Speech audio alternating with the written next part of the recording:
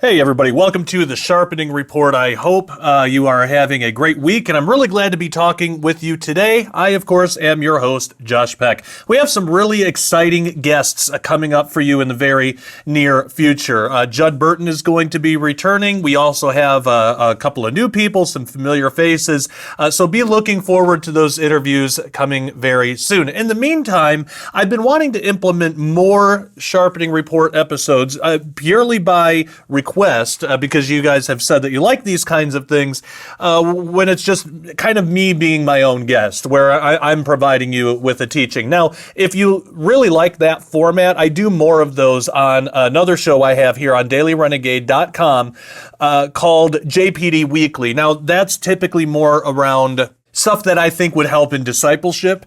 It still has to do with things like what we're talking about today. We're going to be talking about how we as Christians can handle certain specific aspects of the alien question. For example, today we're going to be talking about Waterworld exoplanets. It seems like every time an exoplanet is discovered, it's big news. And we as Christians are left to wonder how to respond to it. And many Christians, unfortunately, have a knee-jerk response where it's just like, well, they're not going to find anything on it, or it's just the responses are lacking, and I think that we can do a better job. But specifically, have you realized that they're really looking for water worlds? They really want to find water out there. There's actually an ancient connection here to water and to false gods and chaos, and so we're going to be talking about that and those connections. So that's the kind of stuff that I like talking about here. There is actually a biblical context for this water world idea, this water world exoplanet idea. It's basically a land or a world somewhere out there that's full of water or full of chaos. The ancient Near East religions all had this idea. You can even find it in the Bible in terms of Leviathan. So I wanted to discuss some of that. There's a lot more information than we're going to be able to get into in this episode that you can find in me and Derek Gilbert's book, The Day the Earth Stands Still, skywatchtvstore.com if you want to pick that up. But I'll get into some of that a little bit later. But the hunt for exoplanets, and if you're not familiar with that term, it basically just means a planet that exists beyond our solar system. The hunt for exoplanets has been heating up the past few years, really the past decade. Scientists have been interested in other star systems containing new and exotic planets for quite some time, but recent discoveries have sparked an increase in curiosity and in some cases an increase in the hope for discovering extraterrestrial life. We as Christians need to kind of contend with these questions and even hypothetical situations such as what if they actually do detect life? What does that mean for us? What would we say about that? Are we just going to say it's demonic and leave it at that? Or are we going to have more informed opinion?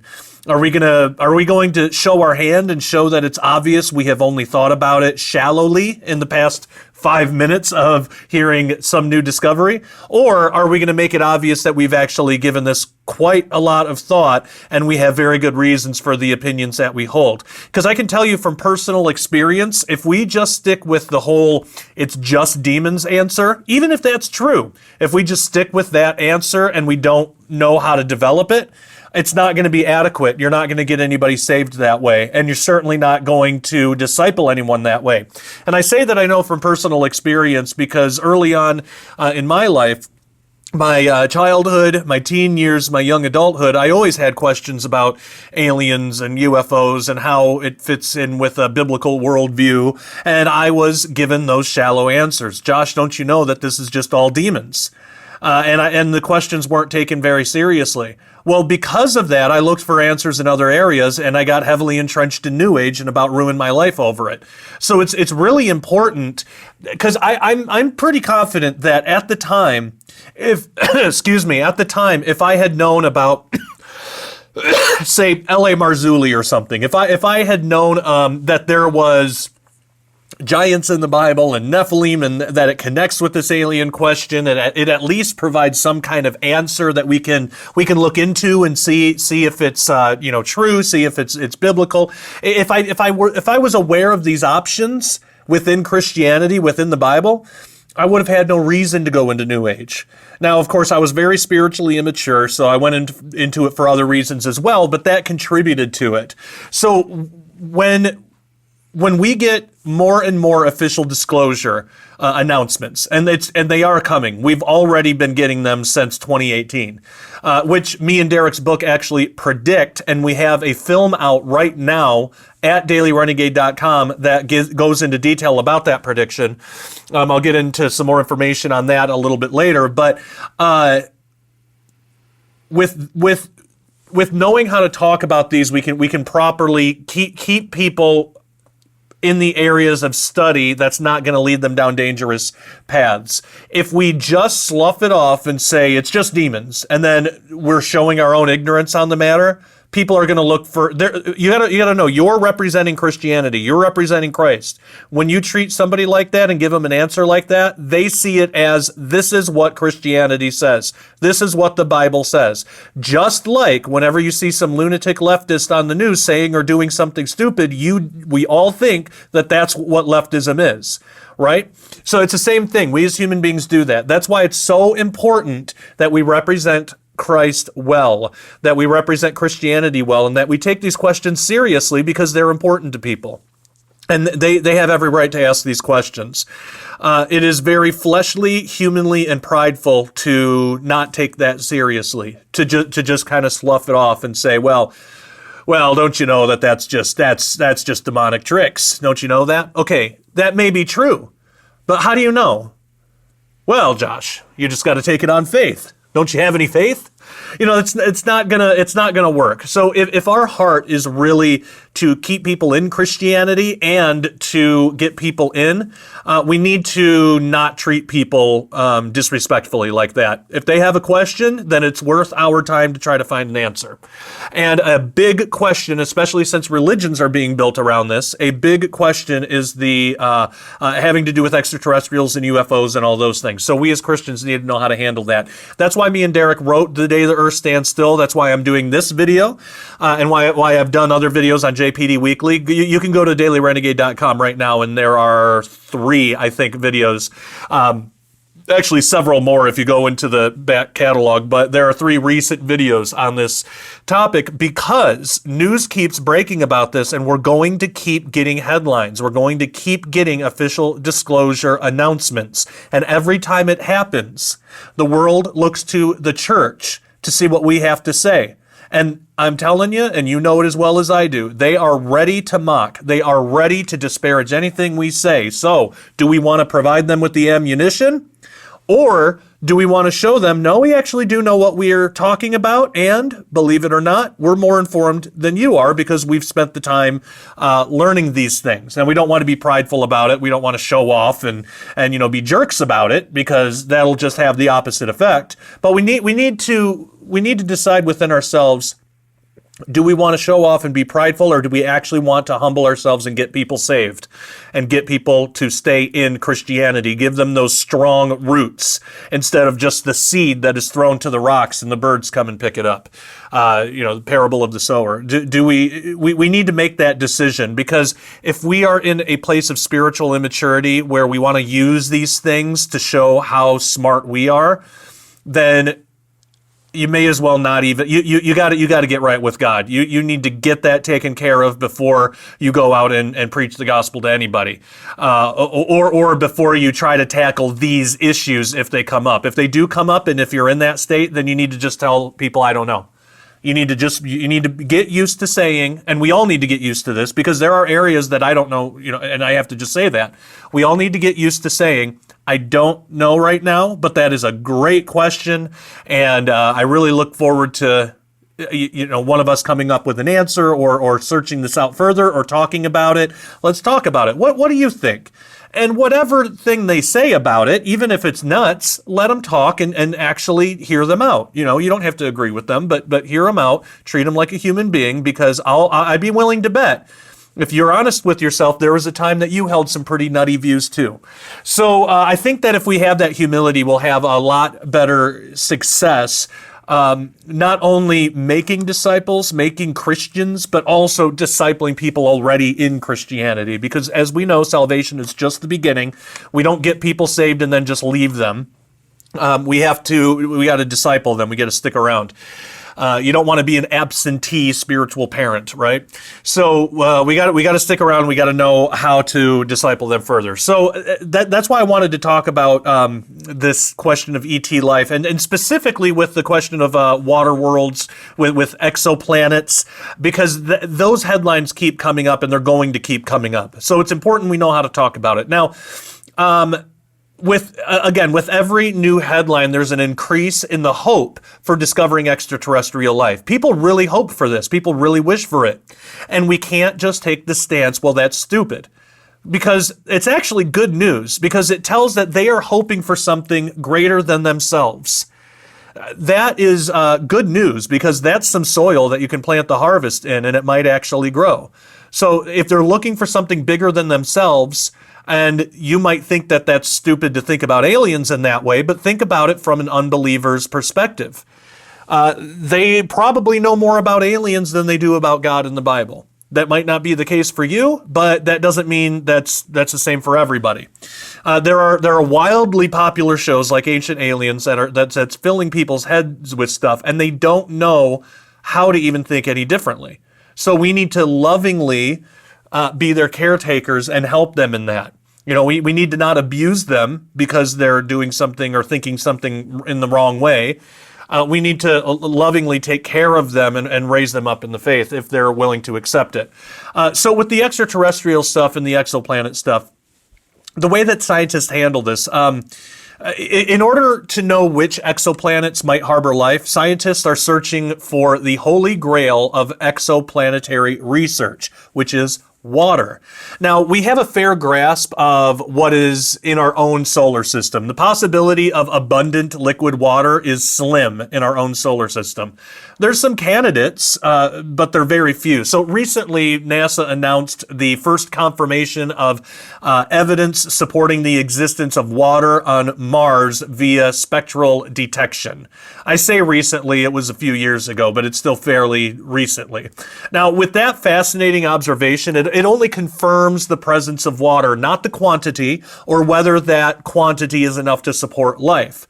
There are other candidates, such as Europa, one of Jupiter's moons. On September 26, 2016, NASA posted a press release stating that the Hubble telescope predicted possible water plumes erupting on Europa. Europa has a global ocean with twice as much liquid as Earth's oceans. However, it exists underneath a layer of extremely cold and hard ice of unknown thickness. So it's long been theorized that there could exist a large amount of habitable water under that frozen crust of Europa.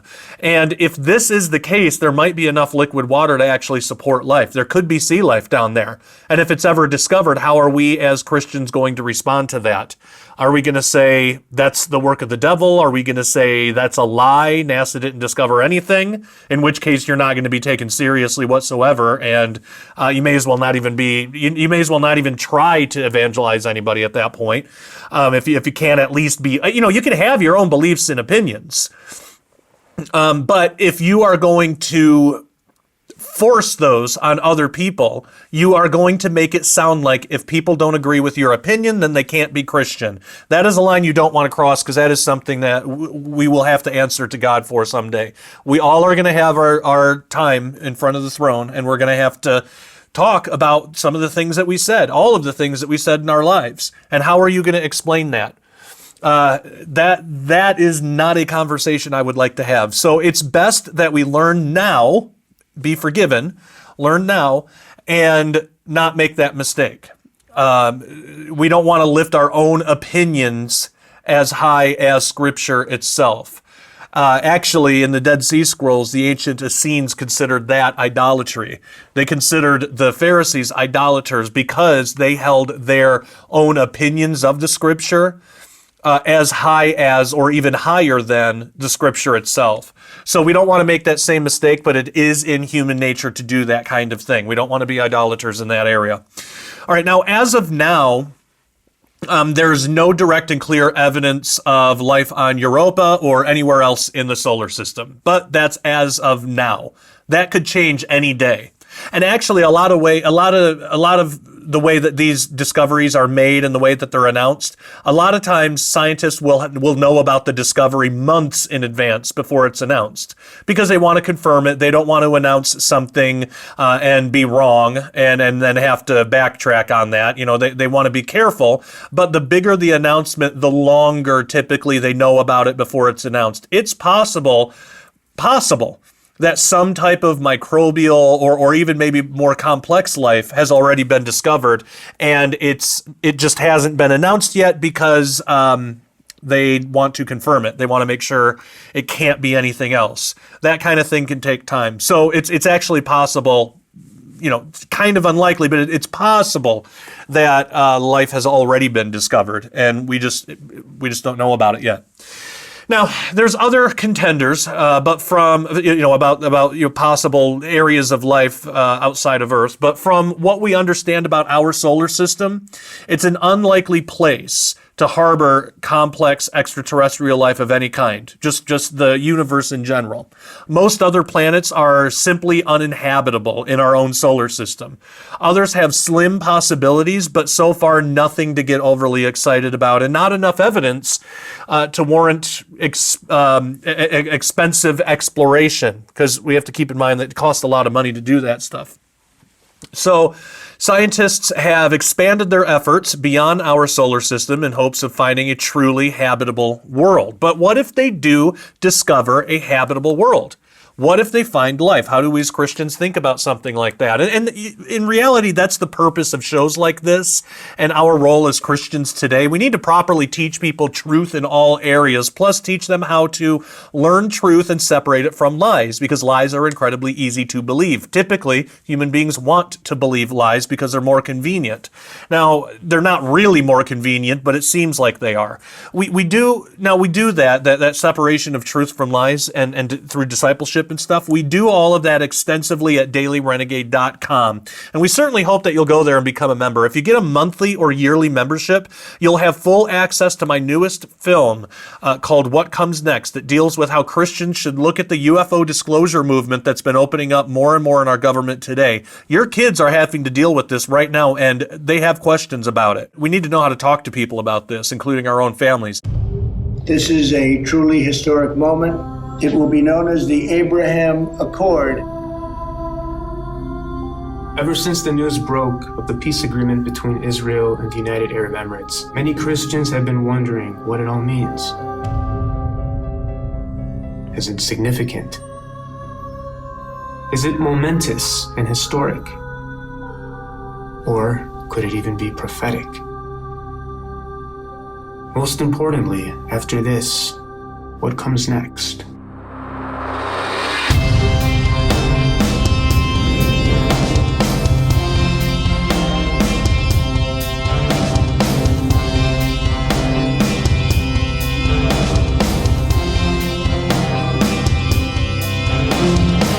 Everybody said this would be impossible.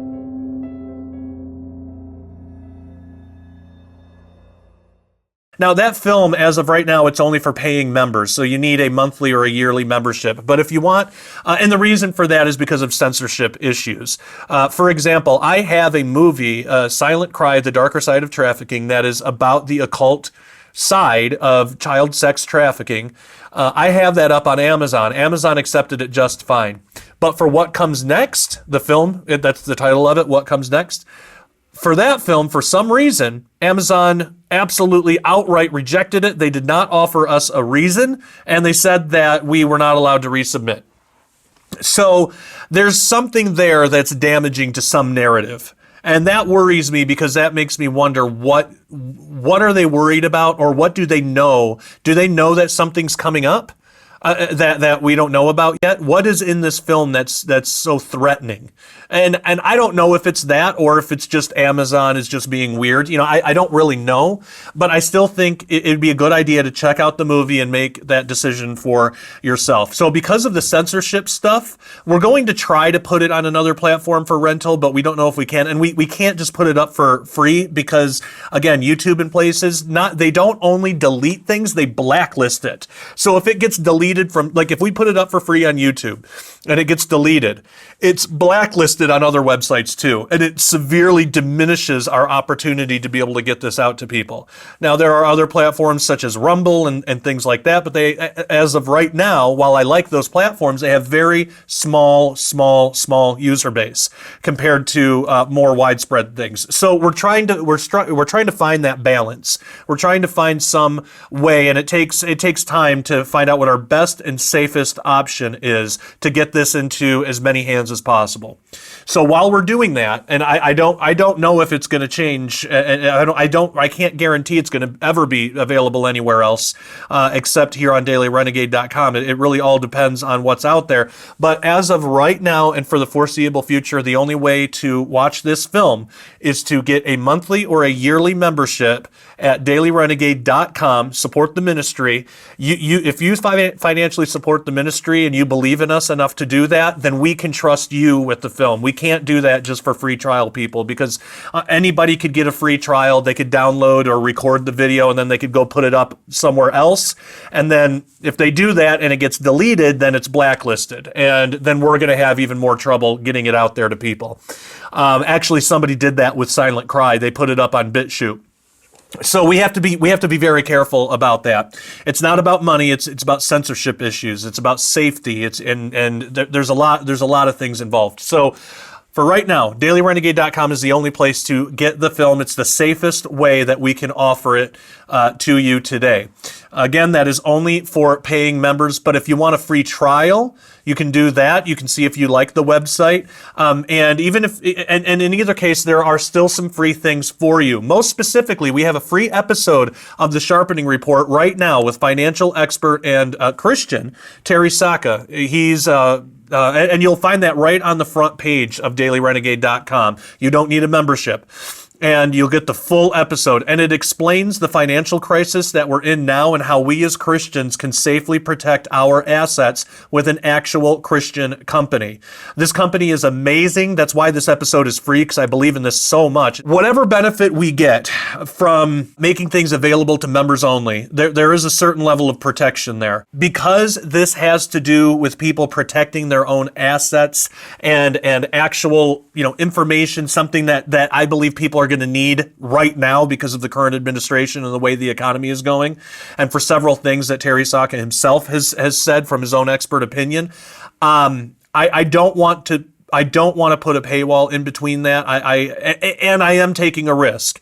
I can't take those risks often because, again, anytime we put ourselves out there for free, we are opening ourselves up for censorship and blacklisting. And we have to be very careful about that. But with this, I felt that it was worth taking that risk because this company is phenomenal.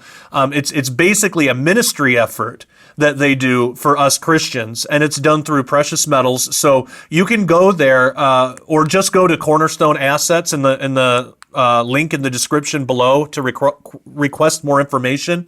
I have some silver myself from Cornerstone, and I believe every Christian should absolutely be doing this now instead of trusting satanic organizations and doomed to fail currency options like banks and stuff with your resources and what you leave behind for your family. I wouldn't trust any of that stuff. When you have this available, you have to protect yourself, you have to protect your family, you have to protect your assets. And in my opinion, Cornerstone is the only Christian company I trust with something this important, with something this vital. You've worked your life for these assets. You've worked your life to take care of your family. You want to make sure that other people don't come in and steal it, and I don't mean just thieves, but like the government, the banks, through any number of legal means that they have available to them to take your assets. You want to make sure that that's not going to happen. And in my opinion, it's the best way. Now, I don't expect you to just take my word for it. Go watch that free episode. Just go to dailyrenegade.com. You'll see that episode. You can get all the information there where I do an interview with Terry Saka and with Mike Stibbs, who works at Cornerstone. Very knowledgeable people. And they themselves will talk to you if you are requesting more information. So, again, you can go there, get the information, reach out to them if you have questions.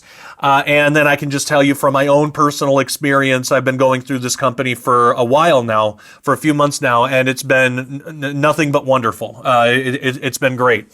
So I really trust these people, and it's just nice that we as Christians are always looking for our own thing. We always want to build our own Christian thing. You know, we always hear Christians talk about we need to build our own internet, we need to build our own banks, we need to do our own thing so we don't have to rely on the world. I agree. In this area, Cornerstone has done that. So this is something where we as Christians have our own thing available to us, and we should do it. So at least educate yourself on it. Again, you don't have to take my word for it. Look into it, see if it's right for you. You can do very large investments. They can roll over your 401ks or IRAs or anything like that. Or you can do small ones. If you want to just try it out for a little while and just kind of get a sense of the company, try something small. So there's several ways to go about it. Pray about it, see what the Lord leads you to do. That's the most important thing that you can do in those regards.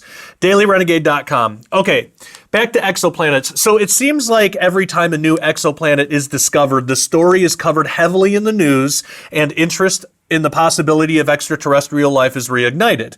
And there's even an online database of all the known exoplanets. It's called the Extrasolar Planets Encyclopedia. The catalog boasts a list of 3,640 planets, 2,730 planetary systems, and 612 multiple planet systems.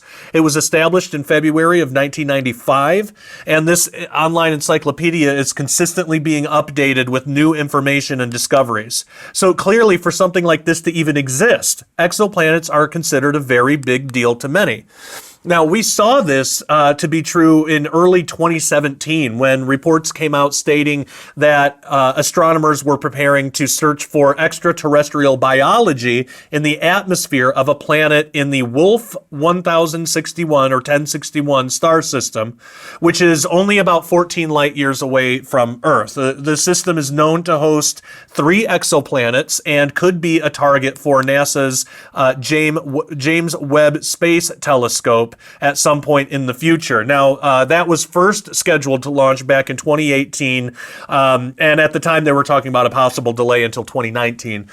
So that obviously has already passed. So that infrared telescope, we could just call it JWST for short. It could be used to detect atmospheric conditions and components in potentially habitable exoplanets. Other projects are being launched in the effort to find habitable exoplanets, including the TESS or Transiting Exoplanet Survey Satellite, the CHEOPS or Characterizing Exoplanet Satellite, just like Cheops, the Egyptian pharaoh, the pyramid, if you're familiar with Egyptian history, and the Plato, Planetary Transits and Oscillations of Stars.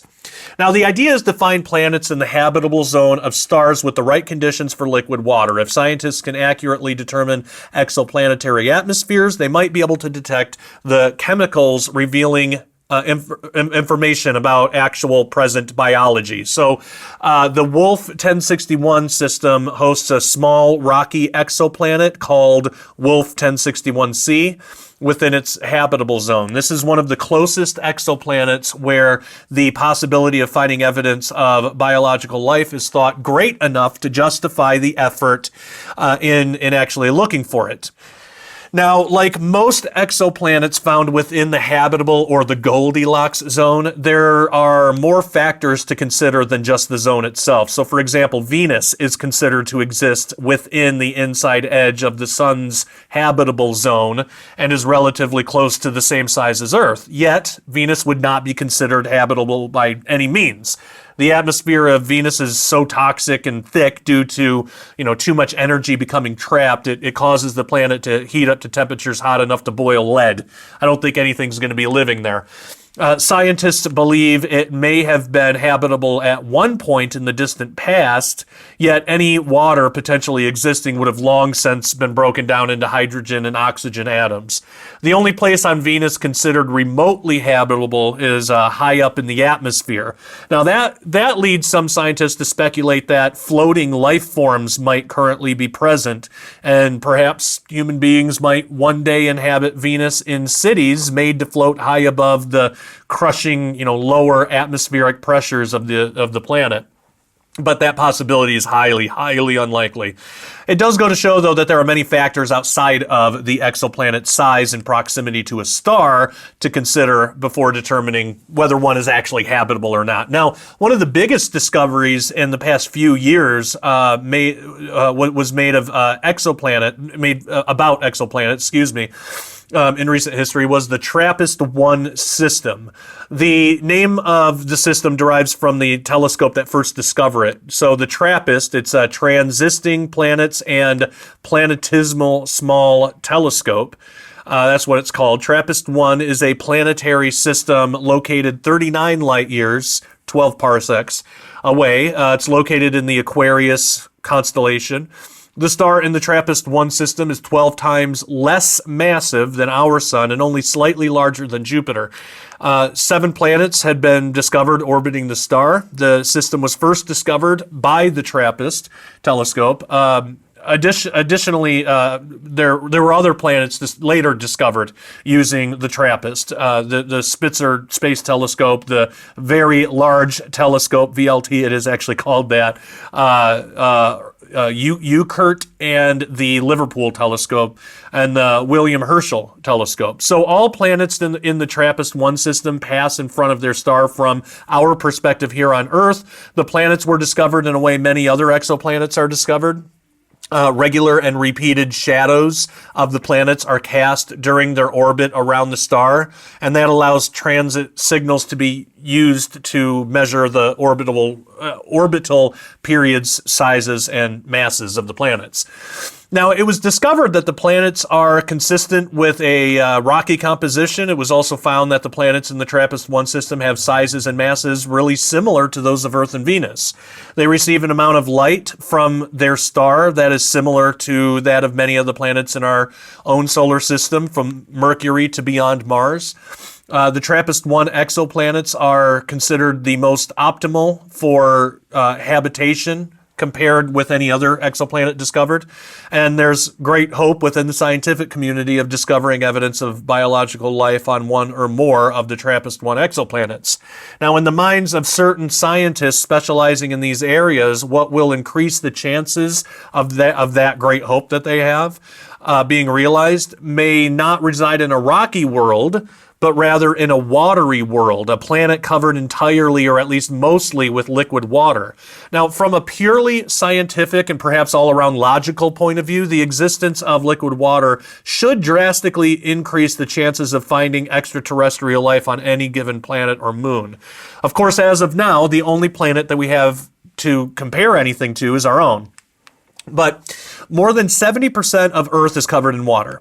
Now, that might not be as much as we'd like to. This might not be as much as we'd like to think, according to certain scientists. So, a recent article published for Monthly Notes of the Royal Astronomical Society seems to indicate that Earth is on the low end of water percentage for inhabitable planets, according to their own simulations. So, the study suggests that if there are other inhabitable planets in the universe, most of them should be dominated by oceans spanning over 90% of their surface. The ones primarily covered by land, like Mars, for example, would likely be uninhabitable due to the lack of water. And basically, the way it goes is the more water, the better chances for life. So, some scientists have shifted their attention from land-based exoplanets to literal water worlds in the hope of finding complex organisms. So, the article suggests that a planet must maintain a certain balance if it is to have extensive land masses along with large oceans. Now, there's several factors in that contribute to striking that balance, such as the amount of water on the surface of the planet, the available space to store it, and the existence of varying and dynamic topographical features. So in short, a planet would have to have both land and ocean in a significant way and have lots of water, lots of space, and plenty of ocean basins and mountain ranges. So if the oceans are too shallow and the land altitude is too low, excess water will cover most of the planet's surface, making life on land extremely difficult. The vast variety of the Earth's topography allows for approximately 30% of land to remain above water. Now, the study claims that Earth is likely unique in this regard. It's theorized that most potentially habitable planets found within the Goldilocks zone, which is the correct proximity to a star where water can exist without boiling away or freezing, would be water worlds. Now, of course, the models used within the article are not made from direct observation of exoplanets. They're speculations based on various models of hypothetical exoplanets. And that's something we need to keep in mind, too. When discoveries are made, we have to be really careful to actually read the article and not go based on what the headline says. We have to really dig to see how much of the discovery in question is based on speculation or based on simulations that are speculative. So we have to be very careful of that. Now, scientists are still unsure of how planets actually get their water in the first place. Remember, this is from a scientific perspective. One in which God did it is not normally a sufficient answer. It might be sufficient for us, but it's not going to be from their perspective. So to them, the most popular theory states that most of Earth's water was brought by asteroids and comets. Now, if that were to be true, it would be nearly impossible to predict the amount of water on any planet without the benefit of direct observation.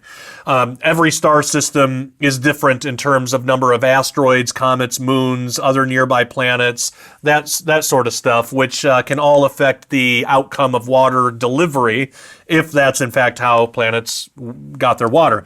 Now, the idea of water worlds is sometimes used to explain why we have yet to make contact with an extraterrestrial intelligence. If Earth is as unique in the universe as that article suggests that it is, and if there is life elsewhere in the universe, it would likely be marine life. Now, it's very unlikely that an intelligent civilization with high-level technology could actually develop on a world dominated by water. Even if this were somehow the case, the type of technology used would likely be so vastly different from our own, which is primarily land and air-based, that we wouldn't even know how to detect any signals of it. Now, of course, the discussion of possible extraterrestrial life is not purely a scientific one, and it's also not purely a theological one, but it's found somewhere in between. So we recognize the scientific importance of liquid water in the search for intelligent life elsewhere in the cosmos, but what role does water actually play theologically? That's the other side of this coin. How did ancient Near Eastern religions, such as what we find in the Bible, but other pagan religions in the area, which believed in the existence of a wide range of intelligent entities outside the scope of human beings, how did they view water? Was water as important to the ancient gods as it seems to be in the search for life outside of Earth? From an ancient perspective, is water connected with life as it is from a scientific perspective today? Now, interestingly enough, what we discover is just the opposite. It is really, really interesting how these things connect, and they always have connected. This discovery or this search for water worlds, for exoplanets with water, it's not new. It's a new manifestation of a very old truth, an ancient motivation. And we are going to talk about the significance of spiritual water worlds, or the sea, and monsters, other creatures from these worlds, from the ancient Near East. We're going to talk about that in the members only section. If you haven't had a chance, please get a membership today and get the rest of this episode, plus so much more, including my documentary film, What Comes Next, that looks into where official disclosure of UFOs and aliens is going to take us in the very near future. Plus, how Derek Gilbert and I were able to successfully predict not only the move of the U.S. Embassy to Jerusalem, but also the release of information from the Pentagon concerning UFOs back in 2018 when we first got official disclosure. Derek and I predicted that, and in the film, we teach you that same formula, that same code, that same method by which we can predict things in the future. We lay it out how it works, what it can, what it can't do, and all in the hopes that we can be better prepared for what's ahead. So that is the film What Comes Next. You can only get the film by being a monthly or a yearly member at dailyrenegade.com, and you'll also get the rest of this episode there. So also I want to quickly mention, for those of you who have been following our family, as many of you know, our 7-year-old son has leukemia. He is in remission for now, thank God, but he is also in maintenance therapy to make sure he stays that way. On top of that, a whole host of other mental issues have presented themselves, which is extremely expensive to deal with, and frankly, we for the type of care that his doctors are suggesting that he should get, we just simply don't have enough money for a lot of that. For example, here's a short story that I can share. At one point, his doctor said that he's going to need a pill that is about $500 a month just for one pill. We don't have that kind of money. Now we're looking into other options to see what else is out there, but he has very, very specialized needs that require a lot of unique attention. And I know I'm being a bit vague, but I want to be very, very careful for other reasons that I just can't publicly talk about right now. A lot of it is we just don't know. There's a lot we just don't know, and I don't want to speculate. We're still learning what is going on with Nathan, but it's a very long and very unfortunately expensive process, and we are hitting a lot of roadblocks. So first and foremost, please keep us in prayer, but we're also asking if you care to donate, if you want to help financially, the best place to do it right now is paypal.me/JoshPeckDisclosure. You can help us out there, and that's the best way. So that's what's going on with Nathan. There's a lot more to that story that we'll share when we can. We just can't do it. There's not a responsible way to really say much more at this point. So I will leave it at that. But as far as the donation stuff goes, pray about it, and if God leads you to do it, great. If not, that's totally fine. That's not a reflection of your spirituality or your relationship with Jesus or anything like that, at least not in my opinion. So we're not looking at it like that. And I'm not into the seed sower stuff. I'm not going to say if you support this ministry, then God's going to bless you. I'm not into making promises for God, and I'm never going to do that kind of thing. So this would just be a nice thing that if you're able to do, it would really help us out. So, and if not, that totally fine. You can spend a couple minutes praying for us. That would greatly help us out. So I'll leave it at that. Again, paypal.me/JoshPeckDisclosure. And again, for the film and to support our ministry, dailyrenegade.com is the place to go. And that is where we're going to be talking about the ancient Near East concept of ancient water worlds, exoplanet water worlds, and how that has to do with things that we find in the Bible, like Leviathan and stuff like that. So make sure you join us there, dailyrenegade.com. So members, hang on the line. Everybody else, thank you so much for joining us. Till next time, take care and God bless.